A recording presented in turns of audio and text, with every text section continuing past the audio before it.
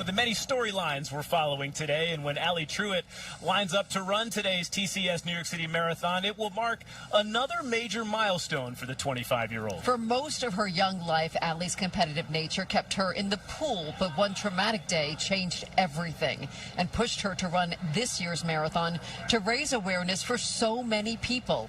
Eyewitness News' own Kimberly Richardson joins us again from along the course in Fort Greene, Brooklyn, with more on that story. Hi, Kim.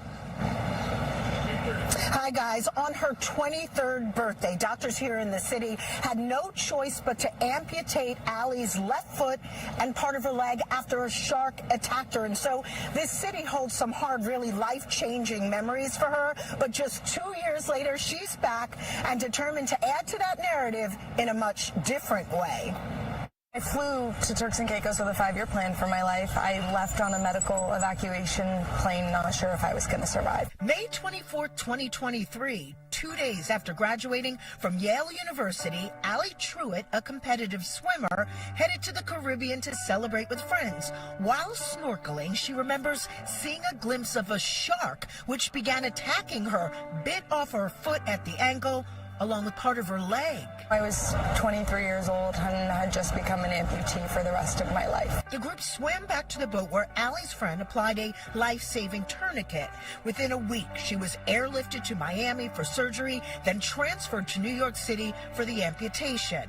Allie says her 5-year plan of working in consulting, going to business school, and then into healthcare went out the window. I worked really hard to center myself on gratitude and on really recognizing how lucky I was to be alive. Allie was determined to reclaim her life, but initially was paralyzed by the thought of getting back into something she loved, the water. After the attack, I was feeling really scared. Even just like the sound of water at that point when I would try to take a shower would trigger flashbacks to the attack. She did slowly get back into the pool, and in 2024 won 2 silver medals swimming with the U.S. team in the Paralympics. Allie truly believes it's a choice how we approach bouncing back from trauma. I think we are sitting on wells of capacity that we don't know we have in us. Allie is now focused on the New York City Marathon, running 26.2 miles just 2 years after the shark attack. She's still getting used to all the nuances of her prosthetic blade. There's a lot of kind of things like hills without an ankle are a new thing to learn to navigate, and I'm doing a lot of strength training to make sure my right leg is really strong to kind of assume some of that pressure. Allie realizes she couldn't have gotten to this point without tremendous support, which she's now paying forward through her foundation called Stronger Than You Think. The nonprofit is focused on 3 pillars she says helped save her life: water safety skills, the Paralympics, and raising money to donate prosthetics to those in need. It is a message of like, it feels like your life is over, and if you can get your mind around it and use the support around you or whatever is working for you, there is a full and beautiful life ahead. Now, about 2 weeks before the shark attack, Allie ran the Copenhagen Marathon with her mom. Well, today, in just a few hours, the pair will be back out here together running again, along with Allie's best friend, Sophie. She was in the water with her when the shark attacked and applied that life-saving tourniquet. Sam and Ryan, we will be out here cheering Allie on and looking for her. Absolutely. What an incredibly inspiring story, Kim. Thank you so much. Up next, we are talking tech here on the marathon course. The people at TCS are breaking barriers and making it easier than ever before to know what you're doing during the marathon and helping spectators too.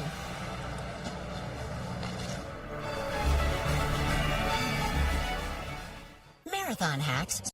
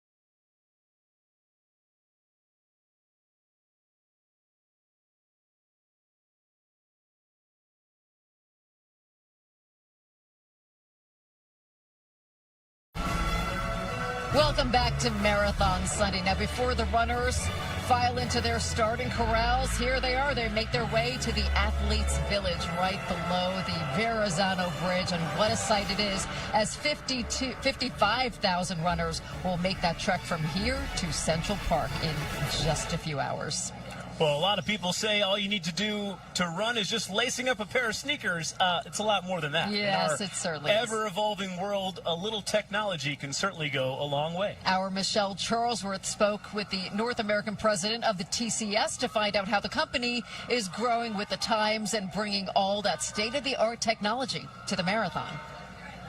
You're a runner. How excited are you for this? Super. It's the best day in New York. The best. The best. So you have developed something to make it even easier for everybody. Yes. What's it called? Run Concierge. As a runner or as a spectator, you don't want to be Googling endlessly, trying to find the information that you really need. And so we put AI on top and built this super cool Run Concierge that answers your questions. It pulls all kinds of data, makes it easy for you, and maps together with the map provides you all the information you need. So this is interactive. What does this do? Essentially, it's a chatbot on top of all the marathon data that we have, the route information, the elevation, the roads, closures, all of that. Right. And we've trained the model, the language model, with that information so that we can be very specific to the questions that you have. So here's a question we put: where is the start and what's the best way to get there? So it answers the question, but not only that, it pulls up a map and exactly shows you where to go. As a runner, you are quite concerned about where you're going to hit the elevation points. Where are the hills? Where are the hills? So it tells you about that and exactly shows you which bridge you're going to encounter, what type of elevation. So what is that? Look at that. Look at what it does at the very beginning. Exactly. So what does that tell you? It tells you that once you cross the Verrazano Bridge, you are all good.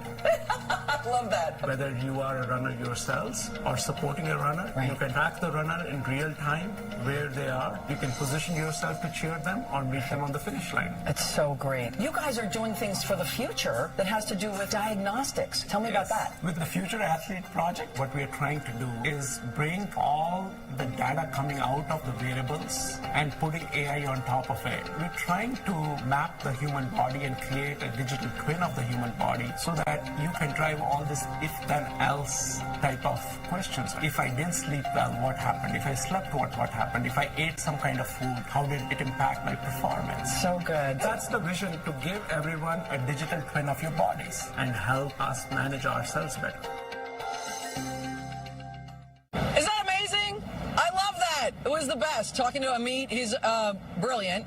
But he explained all of that. So if you're running the marathon, it lets you know, the highest point is the Verrazano Bridge. If you were cheering for someone running the marathon, it tells you this is a great place to go to brunch. Or there are diners along the way. Let's say that you're watching somebody you love and you want to see them at the 16th mile mark. That's where we are. But then you want to also see them. This goes all the way down, goes into the Bronx, then they come back in to Manhattan on 5th Avenue. You want to see them on 5th Avenue before they go into Central Park. Shows you how to get over there and where all the public bathrooms might be along the way, where you can get something to drink, how long it will take you to get over there, if any roads are closed, streets are closed, things you can watch out for. Brittany, I'm going to send it over to you. Pretty cool, right?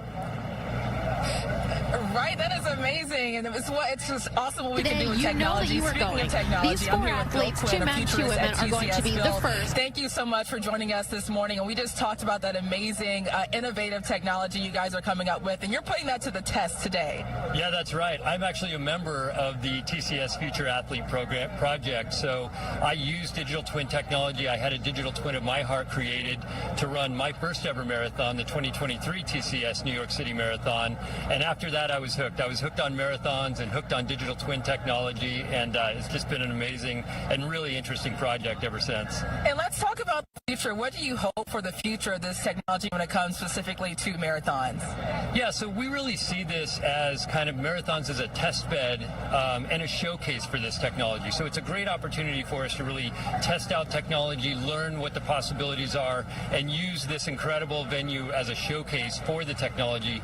But ultimately, ultimately, we're really excited about how it could elevate the health and wellness of society at large. And one day we expect that everybody will have their own digital twin to really help them take a much more data-driven approach to their health and wellness and their sort of longevity through healthy lifespan. And if we have time, you use it for your own training in 2023. How was that?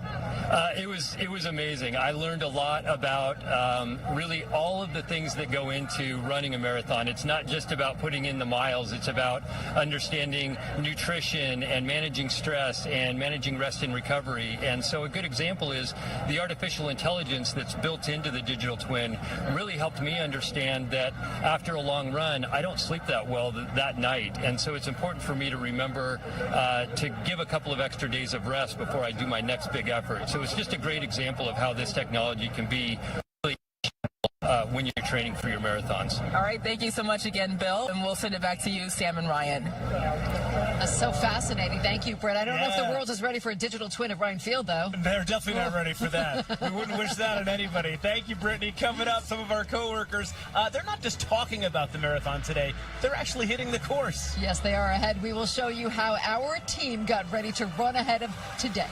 We will be right back.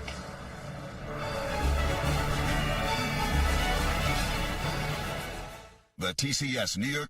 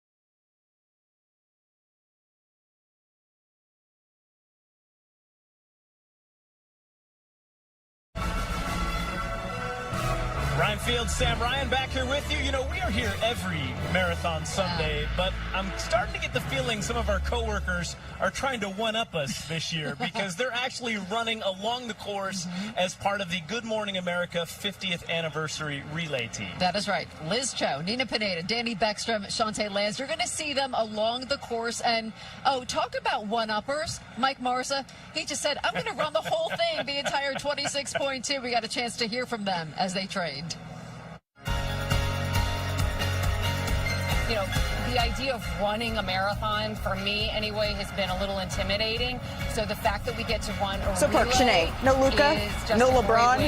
It's a good thing he's him in Lakerland. Austin Reeves had himself a night. We're going to head to Minnesota where the Lakers were visiting the Timberwolves. No Anthony Edwards in this one either. But the only running I do is from my own problems. You know, I'm generally not a big runner, so I hope that you guys in the audience and all the spectators that come out to watch us on TV and on the streets of New York City will be on my side as I try to get through my part of this relay. Inspired by all the people and all the stories of the people that have overcome so much just to make it to Marathon Day. I've been a spectator for the past several years, but actually getting to be a part of it is a dream come true. And what's wonderful to see in New York City is that kids who never thought they would be runners actually run. And so to support that as part of this relay and supporting America for their 50th anniversary, that's all things coming together. I am so incredibly excited to experience such an iconic New York moment for the first time ever. Ready to run with us? There's that one up for Mike Marza, but there's our Danny Beckstrom. Hey. Danny, what are you most looking forward to out there? Just feeling the energy. I mentioned a couple of minutes ago, as a spectator, it is still the best day of the year in New York City. I can't even imagine what it feels like on the course, but I'm not a runner. It's so inspiring to see everyone who's taking on this challenge, but I'm trying to learn. So we've got quite the crowd behind me. Does anyone have advice for me? I'm running 2 miles as a relay. Have any advice? Run your race, have a great time, and take mile by mile. You got this. Mile by mile. Okay. One thing that is going to help me today, the weather. Could it be better? 16 луманках и за първи път изживявам out there because it really is just absolutely picture perfect. We're looking live at the finish line. That's where we're trying to get this afternoon with 43 degrees in the park right now. But here on Staten Island, where the 55,000 are lining up to start, it's closer to 40. We're at 39 degrees right now for New Dorp. As we zoom out, some spots well north and west are sub-freezing this morning, but the wind has calmed down. Conditions are clear, and there is nothing that will slow us down today. Looking at the planner, temperatures make their way to the mid-50s by midday.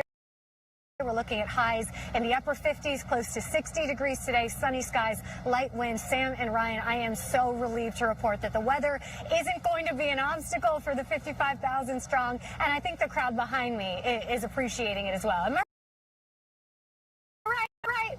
Okay. For now, I'll send it back to you guys. And Danny, you said you're not a runner. You are a runner. Whether it's 1 or 26.2, you are a runner. We reeled her in. She's in the running community now. Yes. Welcome. Thank you. Happy to be here. I just hope I survive. I did carb load last night. I carb load for my 2 miles, and I think it's going to help me out. She already sounds like a runner. She does, see? Make it 2.62, okay? There Just you go. move the decimal point. We'll see Danny and Liz and Mike and the rest of our GMA Relay 50 team later on this afternoon. We are getting ready for the wheelchair athletes to line up. We're about 20 minutes away or so from the start of Marathon Sunday. You're watching all of the festivities and continuing coverage right here on Channel 7.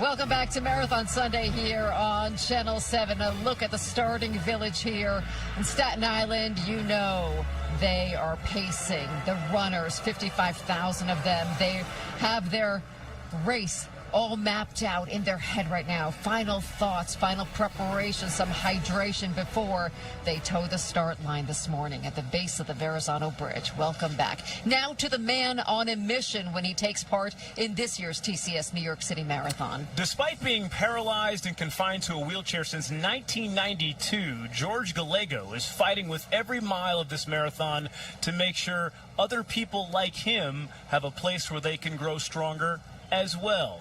We welcome back Pedro Rivero at the finish line at Central Park with more on George's incredible story. What's going on, Pedro? Hey, it is quite this story. He's going to be one of those 55,000 crossing the finish line right here behind me in the heart of Central Park. It really is exciting when you hear his story. As you guys mentioned, wheelchair bound since 1992, but he has made it his mission to inspire others, not only, of course, find a place where they can feel accepted in the gym of their own, but also grow stronger together. George Gallego is no stranger to the New York City Marathon. I love the entire race from beginning to the end. I know most people complain about the start, the Verrazano Bridge, but it's not as challenging as most people think. It's the start of the race. You should have the most amount of energy stored in your body at the start, but the entire course is my favorite. And going through every single borough, and it seems like every borough has its own unique way of cheering. But this year, he will travel through all 5 boroughs with a very specific cause in mind. His organization called the Access Project. I founded the Access Project primarily as a way to be able to bring the disability community together, as well as seniors, and to be able to share my experiences as an athlete. And it's New York City's only completely accessible gym. But the Access Project is about to be without a home. The gym's landlord sold the building, ending its lease 5 years early. Our goal this year is to raise $250,000 so we can transition to a temporary space. But the ultimate goal is to raise up to $6 million so that we can finally have our own space and never be told that we have to leave our space again. For George and his community, the Access Project is much more than just a gym. It's a place where people with disabilities and senior citizens can feel empowered to be themselves and get stronger. I don't look for new members. Folks who have this desire to change their lives, they find us. What's great about having a community is that you learn from each other's experiences. You learn from each other's mistakes. The great thing about community is that we all help each other. We all push each other along. And for George, it'll be that community that'll be pushing and cheering him on for much more than the 26.2 miles of the New York City Marathon. There's nothing better than to be able to see someone that you've mentored achieve their goal. I cross the finish line every single day at that space. And we're going to see George achieve one of his goals today, crossing the finish line here behind me. And I do want to give you guys an update. The Access Project has been able to find a temporary home, so they are moving into a new facility. But as George mentioned in that piece, still looking for that forever home, raising more money. So they're going to be getting awareness out there today as that team runs here today. And guys, it's a lot of excitement as those final touches are being put here at the finish line at Central Park. Back to you. Thank you so much, Pedro. So many goals today, so many runners. And look at Ed. Ed! Behind me. Today is his 35th marathon. Go get him, Ed. Okay, young man? Young There man, he is. exactly. Good job by Ed, putting her teachings into practice. Talk about that when we come back. Meet the doctor at Special Hospital for Special Surgery who decided to run her first ever marathon today alongside one of her patients. That one of the many thousands of inspiring stories here on this Marathon Sunday, and could we have asked for a better day or what? The Verrazano Bridge sparkling here as we're about 15 minutes away from the start of the TCS New York City Marathon. We're so happy you're with us right here on Channel 7.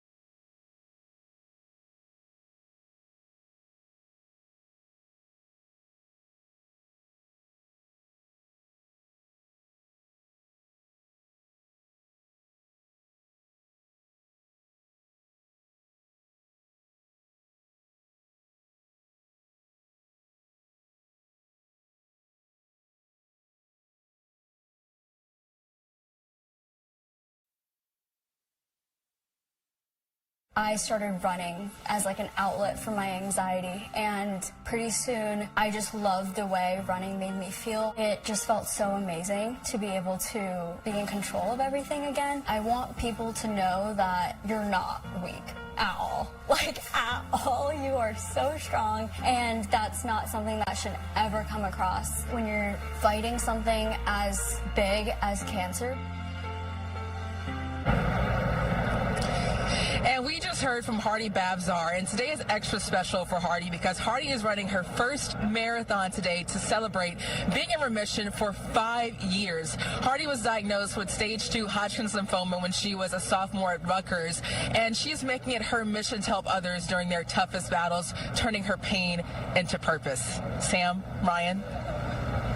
And she has done just that. So many inspiring stories today, Brittany. Thank you. And we've got some other first-time runners we want to highlight here as well today, Sam. Absolutely. Danny Beckstrom, you spoke with a doctor who trains people for running daily, but now she's taking on the course herself, right? Yeah, Sam, one of my favorite things that you say is 55,000 runners, 55,000 inspiring stories. And I have 2 of them here. Now, imagine being a first-time marathoner, wanting to run the New York City Marathon, so going to HSS and teaming up with people to help you do that, just to be partnered with a doctor who is also running the New York City Marathon for the first time just a year after having her second child. That's the story of the 2 runners that are lining up for this race this morning. I was an athlete in college, and I actually tore my ACL in college, and they got me back up and playing. But after leaving, you kind of remove yourself from that like really hands-on physical therapy every single day. My knees started hurting me, and I came to HSS, and they gave me a lot of resources that I used hopefully to their full potential to get me back running. Carly has always been active, but her past knee injury meant she knew that if she wanted to run the TCS New York City Marathon safely, she would need some help. Enter Dr. Ashley Austin at HSS. It's all going to feel great. It's all going to feel great. That's right. Both doctor and patient are running their first ever marathon today. For Dr. Austin, a primary care sports medicine physician, running the marathon was a way to focus on herself after having her second child. Postpartum, I had something called diastasis recti, which prevented me from playing, some of the sports that I usually play. I'm a basketball player. I like playing tennis. I like playing a lot of ball sports. And without having the abdominal control I need for those sports, I knew that I wanted to be able to do something competitive. And running was, something that I can do. I can do with what I have and be able to work through that and really get the full experience that I, tell my patients to go do and that I set up for my patients. I get to live all of that. But it has also been a way for her to connect with her patients like never before.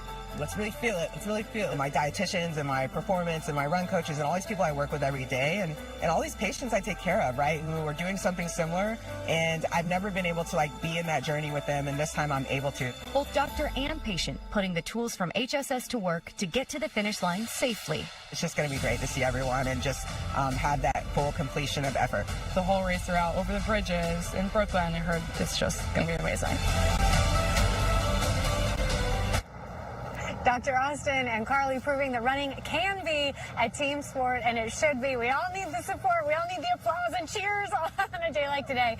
And I'm rooting for both of them for sure. Sam and Ryan, back to you. And now Danny is saying we because she's one of the runners out there today. Yes. Welcome. I'm so excited. I'm ready for that endorphin high, and I'm ready to warm up a little bit. It's cold this morning. Well, we can't wait to see you out there, Danny, and you and the rest of the 55,000 runners getting set to take the course today. We are almost ready for all of the action here to get underway on a beautiful Sunday. That's right. Newscopter 7 bringing us a live view overhead as the pro wheelers are getting ready at the starting line. And I'm going to share part of my conversation with the reigning female champ when we come back.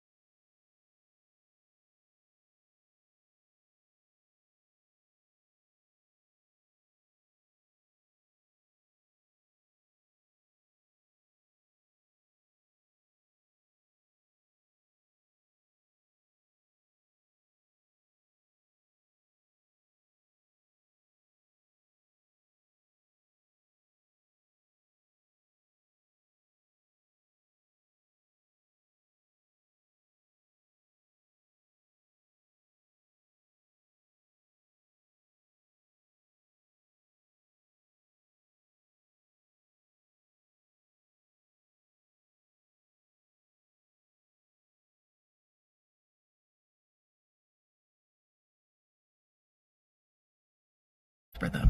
Every business, its pace. To lead in a world that won't stop moving, you need adaptability, intelligence, endurance, AI that looks ahead, digital twins that plan every turn, and sustainable solutions that go the distance. TCS helps businesses run the right pace through every stride, every turn, every move forward.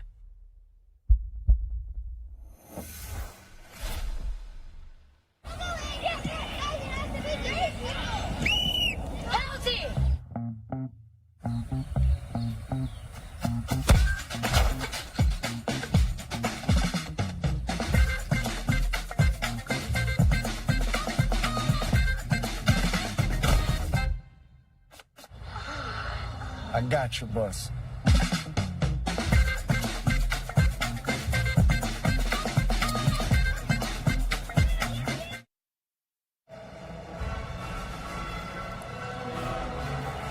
You are looking live at the starting line here on Staten Island. We are just moments away from that starting gun, kicking off the first race of the 55th TCS New York City Marathon with the men's professional wheelchair division.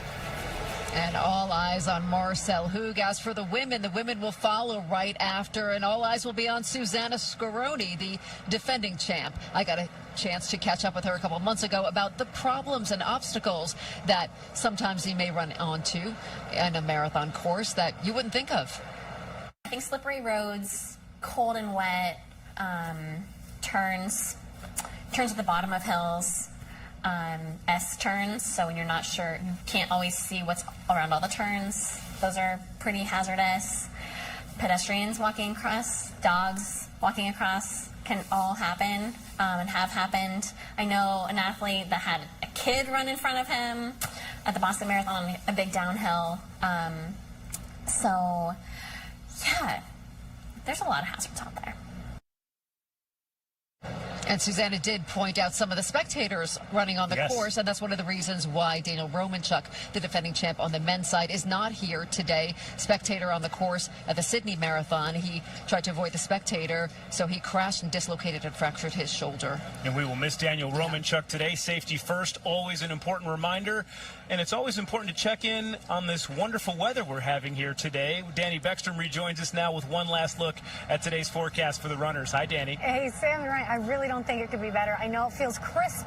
We're on the cold side of comfortable on Staten Island this morning, but the temperature range is right in the optimal one that we want to see. Let's look at the race planner here. Temperatures starting in the 30s and 40s. By the time we get across the Verrazano into Brooklyn, temps will be in the 40s. Our highs make their way to the mid-50s by midday with abundant sunshine, a high of 60 degrees today. Really comfortable for these runners this morning. Really nice for the spectators this afternoon. And it's perfect because tomorrow cloud cover streams in and rain chances are back in the forecast. So the timing of the sunny skies, the calmer wind, and the nice temperatures, it really could not be more perfect for Marathon Sunday. Rain chances tomorrow from the city south and east. A chance a little bit better. North and west, mainly dry, and then we clear that out. We're back to sunny skies for Election Day. How you guys feeling? I think we're ready, Sam and Ryan. Good luck, everyone. We're cheering you on. We'll send it back to you guys. And we are cheering on our runner, Danny Beckstrom, and our ABC7 relay team. Yes. To the Bronx. The excitement is building. Here we go. Miles 1 to 22. All right. That's it for us. Thank you so much for joining us for this morning on Marathon Sunday, the best day of the year. The best day in New York City, and we have been so blessed to have so much good weather. I feel like the last several marathons, and it continues here today. A perfect sunny sky on this Sunday morning as the runners and wheel. Now, New York's #1 news, Channel 7 Eyewitness News. The New Jersey gubernatorial race gets a major Democratic boost from President Obama, who stumps for Mikey Sherrill ahead of Tuesday's election.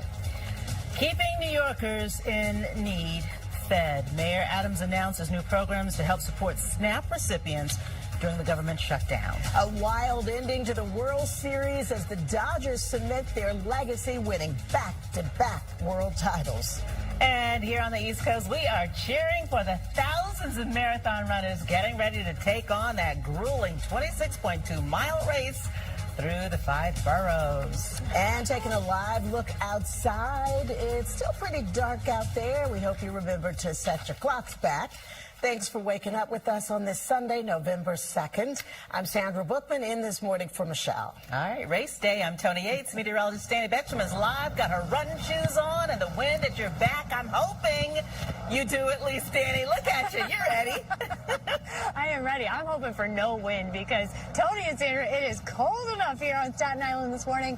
But man, we can already feel the energy. Sun's starting to rise. We're at the base of the Verrazano Bridge where 55,000 marathoners will run will line up later this morning, and we are ready. So now I'm going to take you to the finish line. This is a live look near Central Park where those hopefully 55,000 runners will end up. 45 degrees right now, feeling quite cold. Let's look at the 5 boroughs. This is what we're prepping for this morning. Here on Staten Island, temperatures are actually in the 30s. For New Dorp, 35 degrees. 45 for Coney Island, 42 for Ozone Park, and in the Village right now, 45 degrees as well. For the rest of the tri-state, quite cold for points north and west. Check out Andover, sub-freezing this morning, 28 degrees for Poughkeepsie. But lucky us, the wind has really calmed, and that's a huge improvement over the past couple of days. And the sky is completely crystal clear. We're starting to see sunrise. Remember, we fell back overnight. We're now in standard time. The sunrise is just before 6:30 this morning, but we're starting to see the first hints of daylight. Here's your day planner. Whether or not you're running the marathon, you're cheering someone on, or you're just enjoying your Sunday. Looks like sunny skies, seasonable highs today will make our way to the upper 50s. But with lighter wind and really crisp, dry air, these conditions are absolutely perfect for runners. I am cold, but it's because I'm standing still. When we're talking about elite runners and long distance running, the optimal range temperature is 40s and 50s. It's exactly what we have on tap today. So Sandra and Tony, I am so happy to report to the 55,000 runners that the weather not going to make it any harder to finish this 26.2-mile course. It's going to be a great day here on Channel 7. Check back in with us. I'm excited for the runners to actually be out here and get some energy, but I'm happy to see that they're still hopefully asleep. Well, some of them. I'll send it back to you guys. All right, Danny. It is, in fact, going to be one of the best days in New York City. We're less than 2 hours away from the start of the TCS New York City Marathon. You heard Danny say more than 50,000 runners from 140 countries. I think it's even more than 140. They're going to be making their way across the 5 boroughs. Yeah, millions of spectators are making their way out along the route right now. All of this means, of course, extra security to keep everyone safe, the runners, the crowds. Eyewitness News reporter Crystal Cranmore is live in Columbus Circle waiting for everything to kick off this morning. Crystal.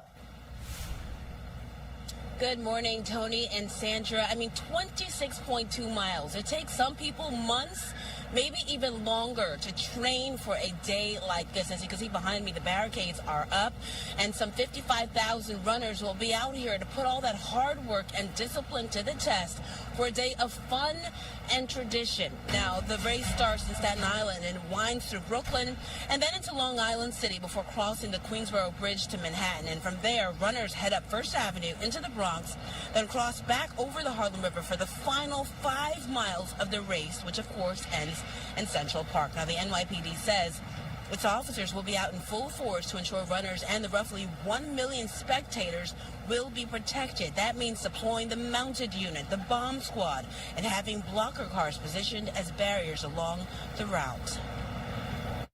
Today that showcases the very best of New York City, the energy, the determination, the unity, and as always, the women and men of the NYPD will be out there making sure that everyone can enjoy it safely. And there will be many street closures and bridge closures, according to the NYPD, starting at 6:30 this morning. So that's just in about 25 minutes from now. The best way to see the marathon for spectators is to take the local transportation, the subways. But of course, the race steps off at 8 o'clock this morning for lots of fun. That's the very latest here in Midtown Manhattan. Crystal Cranmore, Channel 7 Eyewitness News. All right, Crystal, thank you very much. Today is the last day of early voting in New York State, where the biggest race is for mayor of New York City. So far, more than 484,000 people in the 5 boroughs have voted. Brooklyn has had the highest turnout with nearly 190,000 ballots cast there. Yesterday, Reverend Al Sharpton hosted Democratic frontrunner Zohran Mamdani at the National Action Network, though he is not endorsing a candidate. Mamdani later appeared with Attorney General Letitia James, who has backed him. James led the charge to oust Andrew Cuomo after he was accused of sexual harassment when he was governor. We have more than 100,000 volunteers knocking on doors. We're hoping of breaking the New York State record of knocking 200,000 doors in a single day. He is not a Democrat. Yes, he won the Democratic primary, but he is self-described as a socialist, right? You can talk about the polls all you want. We know it's a get-out-the-vote effort. There is no voting tomorrow. Be sure to join us today at 5 p.m. Eyewitness News anchor Bill Ritter will host a special evening edition of Up Close, highlighting his conversations with the mayoral candidates. And Monday at 5:30, we will have a complete voter's guide to the 2025 election with everything you need to know about the mayor's race and the governor's race in New Jersey. All right. In fact, let's jump over to that governor's race in New Jersey. Both candidates are on the campaign trail again today. It's the last day to vote early in the state. Republican candidate Jack Ciattarelli will be in Monmouth and Ocean counties. Democratic candidate Mikey Sherrill will be in Hudson, Camden, and Burlington counties. Yesterday, Sherrill joined former President Barack Obama in Newark, making her case to voters as Ciattarelli criticized the endorsement.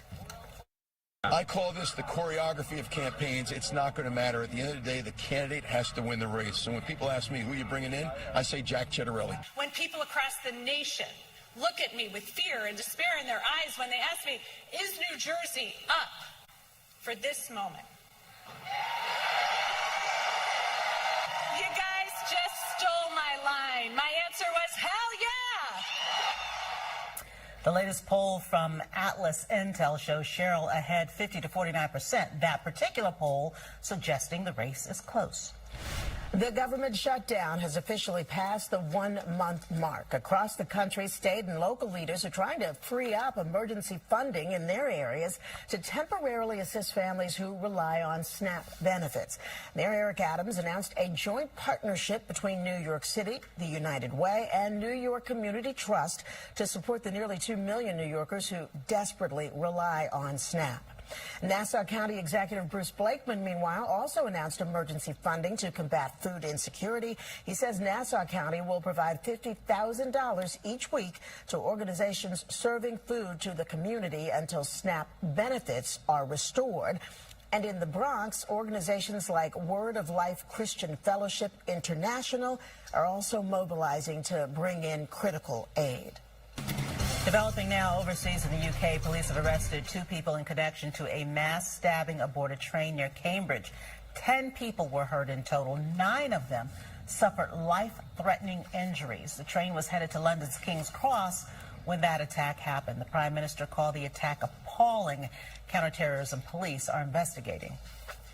Still to come here on Eyewitness News this morning, U.S. helicopters set to assist Jamaica days after Hurricane Melissa pummeled the island nation. An update on relief efforts this morning.